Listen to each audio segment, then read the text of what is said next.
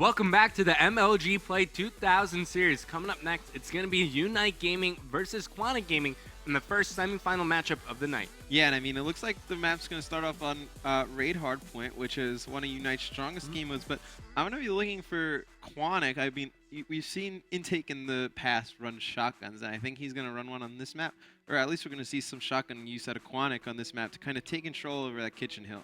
So there are 3 hard points that the shotgun is pretty effective on. You got the first middle hard point, the kitchen hard point, and then the basketball as well. Yeah.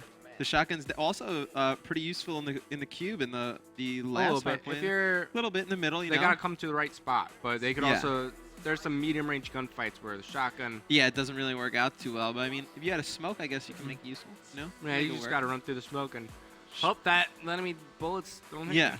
But, you know, I think this will really come down to an anchoring battle, and that if Quantic has enough slaying power to match UNiTE, you know, that's the one thing that Quantic really, with their lineup right now, they really don't have one main slayer type of guy. Maybe Study, but it'll be interesting to see if they can rack up enough kills to beat UNiTE. Yeah, they're a very AR-heavy team, and if you look at UNiTE, they're very sub-heavy. Yeah. So I think it's going to come down to can Quantic fend off the aggression from UNiTE, but they have added some sub-power to their lineup for this tournament. You got Study and Intake filling in for them, and last time we saw them on stream, they were looking pretty good. No, yeah, they were looking extremely good when we saw Quantic earlier, and, you know, now this is a semifinal matchup, so obviously they've taken out some more opponents on the way.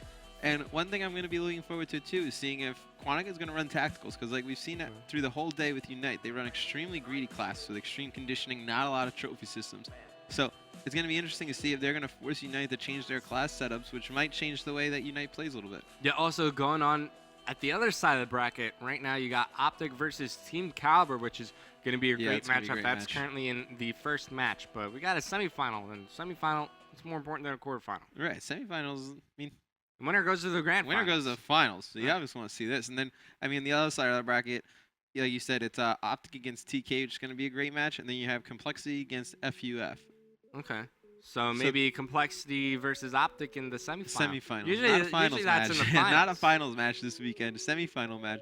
But, you know, that'll be interesting. I mean, it'll be a best of 3. So I believe semifinals is best of 3, right? Yeah. Semifinals best of 3. The finals might be a best of 3 as well. Really? I'm not sure on that. Yeah, I'd have to take a look at the bracket. Okay, yeah, we'll have to check up on that. Well, we have to wait until the match is actually physically up. Happen. Yeah. So, I'm looking at the lobby. Looks like all of Quantic's in here, and we're just waiting from Killa. Yeah, we're waiting on Killa from UNiTE. And Killa, he's been playing pretty well despite his injury. I mean, Killa has been playing amazing. I mean, the pro scrim that we saw them on last week, or was it 2 weeks ago? I believe it was 2 weeks ago. A little bit ago. Yeah, a little bit ago. I mean, he tore it up. I mean, he's just amazing. And it'll be interesting to see what he comes out and runs here. You know, I think the first hill, he'll probably run something like a double EMP, double nade class. We see from him a lot on Yemen. I think we'll see it here now because a lot of people are using that class more. But then I also think on some of the other hills, he'll switch over to that AN94, which he's so good with. Now, I'm a bit worried for Killa because in this upcoming month of October, there are a lot of tournaments he's got to play in. Is his injury going to affect him at all during that? It could. You know, when you're traveling. I mean, you have carpal tunnel, don't you? I don't have carpal. I have a bad wrist, but it still hurts though when I game for a really long time. On like a scale of 1 to 10, yeah. How bad does your injury hurt? It all really depends on how many days I play in a row. So like if I'm really doing like some hardcore gaming for like days in a row, like it'll feel a little sore. Like I mean. It won't feel that good, but I think Killa is probably a little more serious than mine. I mean, I've had mine I've played with it for pretty much forever at this point. Forever? All right. Forever's a long time. I mean, it obviously, Revan takes everything I say literally. It's obviously not forever. Forever is 24 years of time. I wasn't playing video games. Mr. X was born with a bad wrist. Came out the womb with carpal. It's not good. Especially for a future professional gamer. Yeah, for a future professional gamer. Being born with carpal tunnel. No. That's not the best situation to be in. I actually hurt my wrist playing football. And then ever since then, it really hasn't been the same. So it's been a little funky. But, you know, Killa's, I think, is more of just from playing a lot. I mean, it'll be interesting to see how it holds up throughout the month. That'll definitely be his story. I think I'll be watching. Well, upcoming for him, he's got Gfinity I think we're still waiting on ESWC to announce another North American team. It could be UNiTE. I had no idea. And then UNiTE Gaming, they're going to be at the Full Sail Invitational. And if they go over to Europe for EGL, yeah, possibly that. It's a ton of travel. I mean, we were working on our travel schedule the other day. You guys and are never home.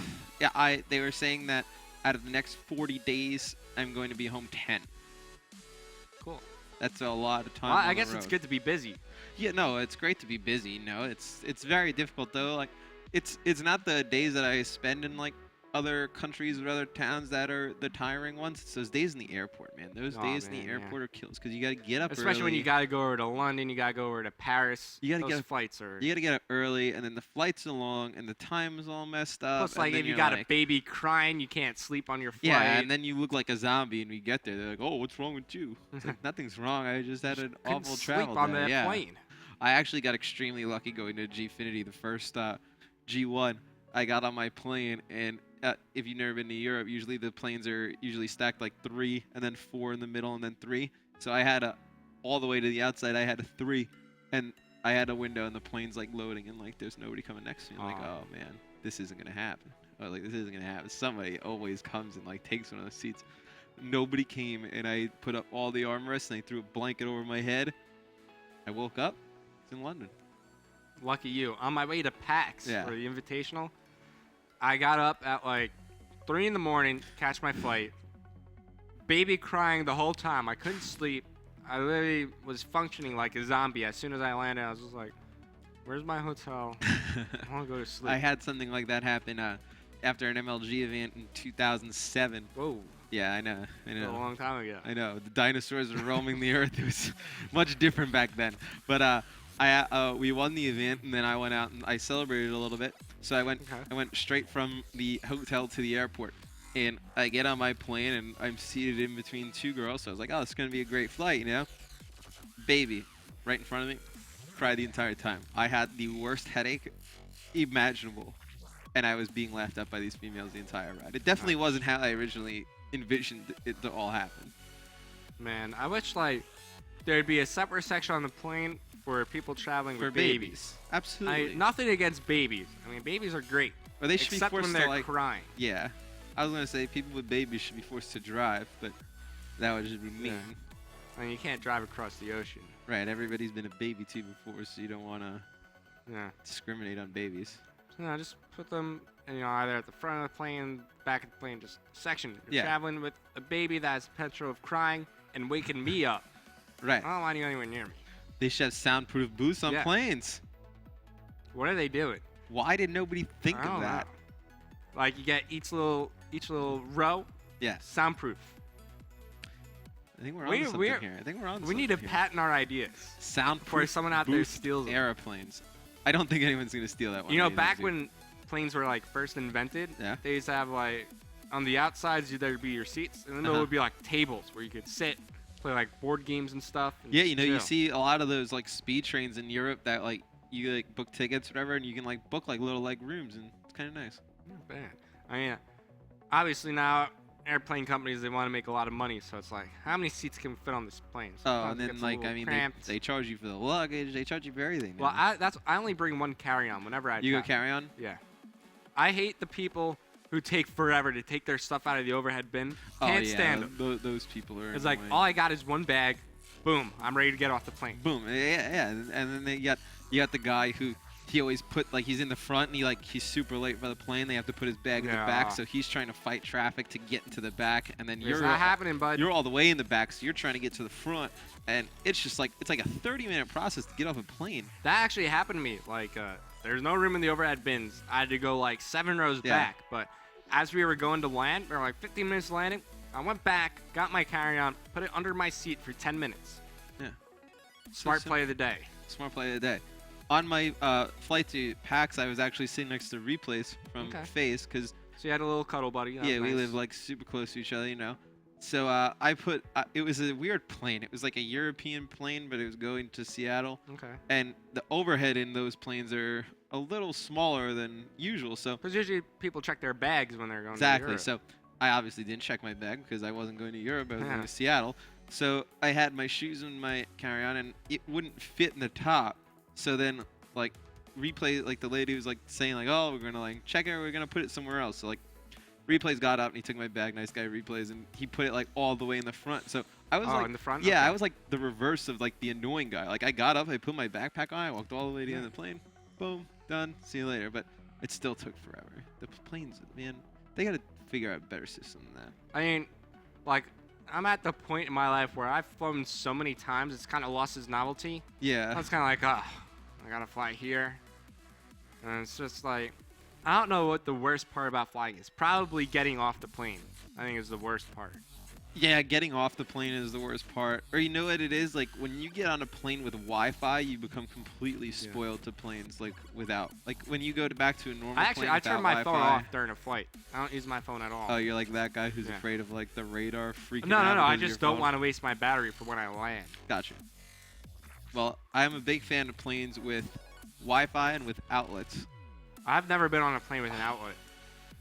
Why don't all planes have outlets? Then I would use my phone all the time. Yeah, right. I It makes kind of sense. I watched a whole season of Game of Thrones on the way to PAX, on the way to and from PAX, and just because I had the outlet both ways, charge my laptop the whole time. I don't understand why more airlines don't do that. Yeah, if you guys just joined the stream, you're wondering what we're waiting on. Yeah. We're waiting on Adam Sloss to kill it. He just joined the game, so we could get this match on the way. It's going to be the first semifinal match of the MLG Play 2000 series, UNiTE Gaming versus Quantic Gaming. So let's talk a bit about this matchup, but first and foremost, who's going to take this match? I think UNiTE's going to take this match. Think UNiTE? Okay. I was wrong in the last one. I think I'm going to take UNiTE 2-0. What about you? I'm going to take Quantic 2-1. 2-1? What are they going to win? They're going to win the... They're going to win the hardpoint and the CTF. Okay, yeah. You know, it'll be interesting. We haven't seen a CTF yet at all today. I'm waiting for it too, because you know the CTF games we've been having lately have been really good. Yeah. You know, CTF when played properly is definitely the most fun game to watch. A lot of people are like, CTF, it's the most boring game type I've ever watched. Yeah. And I'm like, one mistake No. could mean the difference between winning and losing the game. Right. How's that not exciting to watch? Yeah, and I mean, like the game that we saw the other night, it was between and was it Envy and UNiTE? Envy, yeah, I think so. And Proofy, he had the flag, and he was so close to TK. streaks. Oh, TK, Envy sorry. TK, yeah. Yeah, and he was so close to streaks, and I mean, they didn't really push him out to try and bait somebody to get those streaks. And, you know, it changed the whole game because he gets those score streaks. I mean, he's fully loaded streaks going into the second half. They probably win that match, but they ended up, I think, they 3-0 on the flag count. Yeah, 3-0, 14 caliber. That was on Slum CTF. If you missed it, youtube.com/official MLG COD. Go check it out there, but Study's the player we're going to watch off the start of this game as he makes his way inside the hardpoint for Quantic. Currently contested as he makes his way around the outskirts looking for a kill to make. He's actually going to choose to be aggressive here. Wrong choice for you, Study. You get taken out, but here comes Slots on a 2-kill spree. Looking to do some more damage inside the hardpoint, but he does get picked off by Killa. And Killa looked like he had a shotgun out for a second. Yeah, Killa had a shotgun, and I don't know if he picked up Nameless's shotgun, because we saw Nameless using a shotgun off the start. But, you know, really nice play from UNiTE right out the gate here. And, you know, Quantic threw some trophy systems into the hill, and it only popped once. So you see, like we were saying, UNiTE's not really using any tacticals. They're going with more greedy classes, and I mean, teams really aren't adjusting their classes to combat this. What do you feel about a submachine gun having trophies on their class? I hate it. You hate it? To be honest, I think it's a really bad idea because, you know, your submachine gun guys are pushing the hill the most, and you know, granted, they're probably going to get hit tacticals and nades the most, but at the same time, they need to really be focused on those gun battles. They can't be throwing trophies in the air. Yeah, and not only that, it slows them down from entering the hardpoint. I mean, it could take, what, like 5 seconds to throw down both your trophies if you're using 2. And then it also throws off the timing a little bit between players because you have one guy throwing trophies, and then the guy who's trying to help him break is kind of either just standing there and waiting, or he's kind of forced to go in by himself. So it really just kind of staggers your time, which, I mean, if you're staggered going into hardpoints, it's really going to lead for streaks to the other team.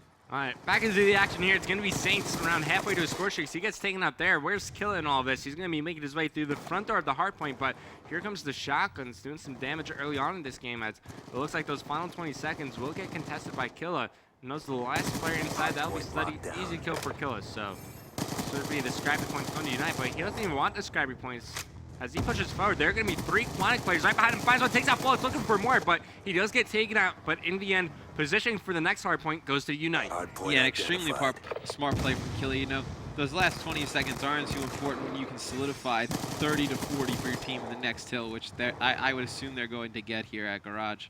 And now Ricky, he's looking around for intake. If he picks up this kill, he's going to have sole position for the anchor spot. But you see where Quantic are spawning, coming in from the pool side of the map.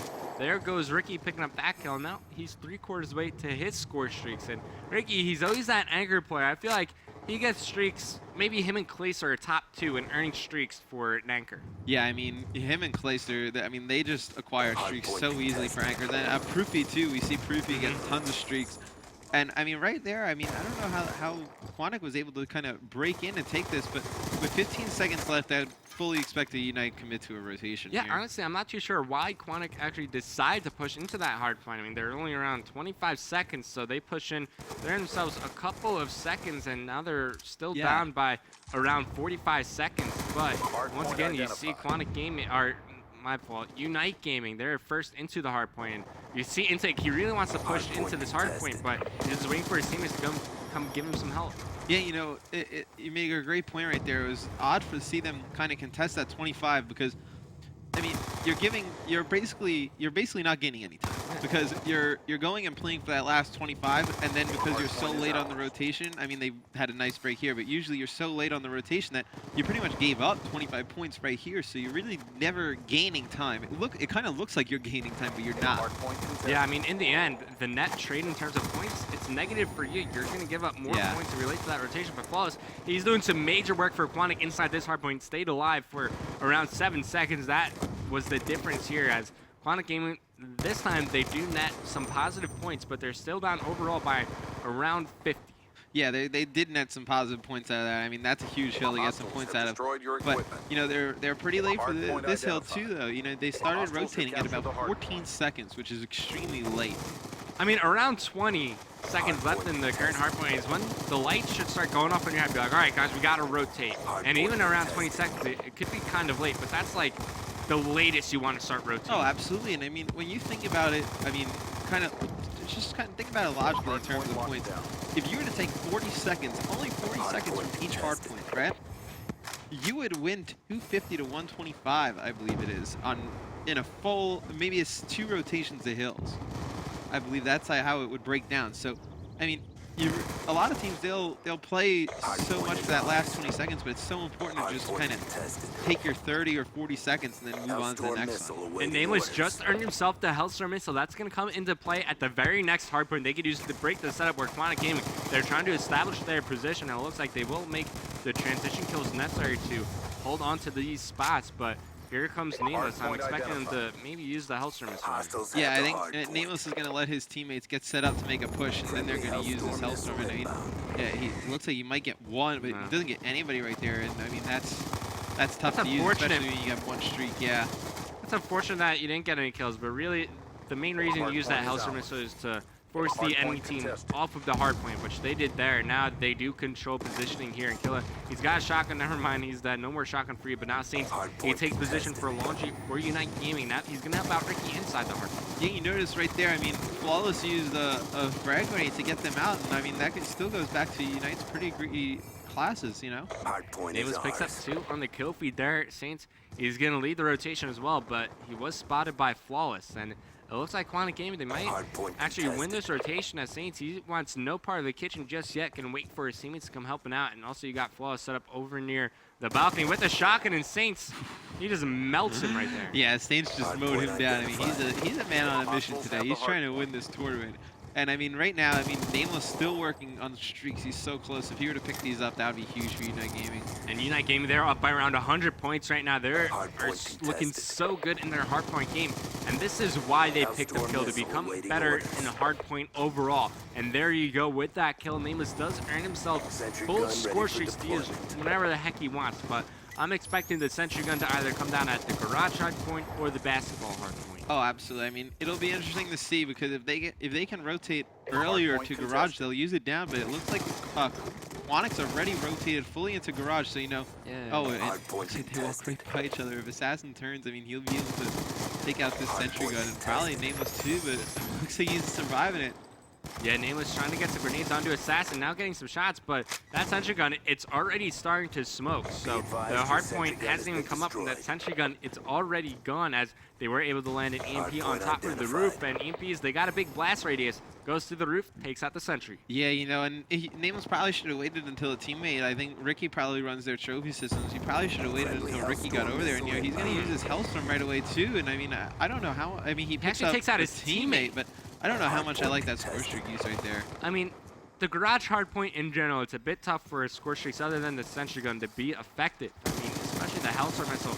Really, the only way you can make it work is either directly off respawn for the other team, or if there's somebody set up at the double Lambos for the other team, you could make it work by boosting it through the hole in the roof.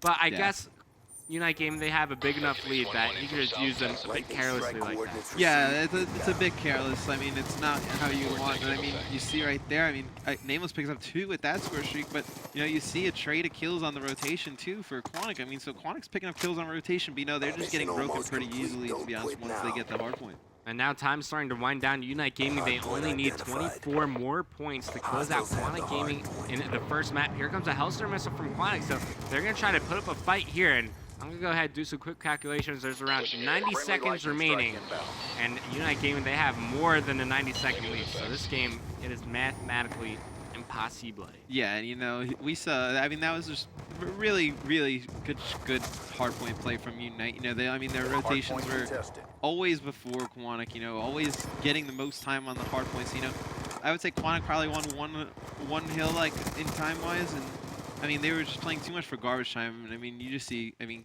they're not really pushing the hills strong. And everybody going positive for UNiTE Game, and Ricky leads the way 35 and 22, but Saints also doing some work in the Slater department, but also defending the hardpoint, 8 defense to his name, as he is on top of the leaderboard for UNiTE as they take map number 1, 250 to 120. And that's the score you were talking about when you're trading 40 seconds for 20 seconds on each hardpoint. Yeah, if you're gonna. How weird is that? I mean, it's like we predict the future a little bit. It's like we're like the smartest guys in the world. Yeah, we might be, but you know, it's a really smart trade because if you figure you can focus on that hard point for 30 seconds and then start rotating, have one guy just contest or hold it for 10 seconds. I mean, it's not too difficult to do. I mean, you can easily just rack up 250 to 120 games easily. All right, so UNiTE Gaming, they pick up right where they left off in the last series against Team Envious as they come out strong on the first map, raid hardpoint, 250 to 120. That's a dominating performance by them. We're going to head to a quick commercial break, but when we come back, we're heading to Search and Destroy in the first semifinal of the night in the MLG Play 2000 series.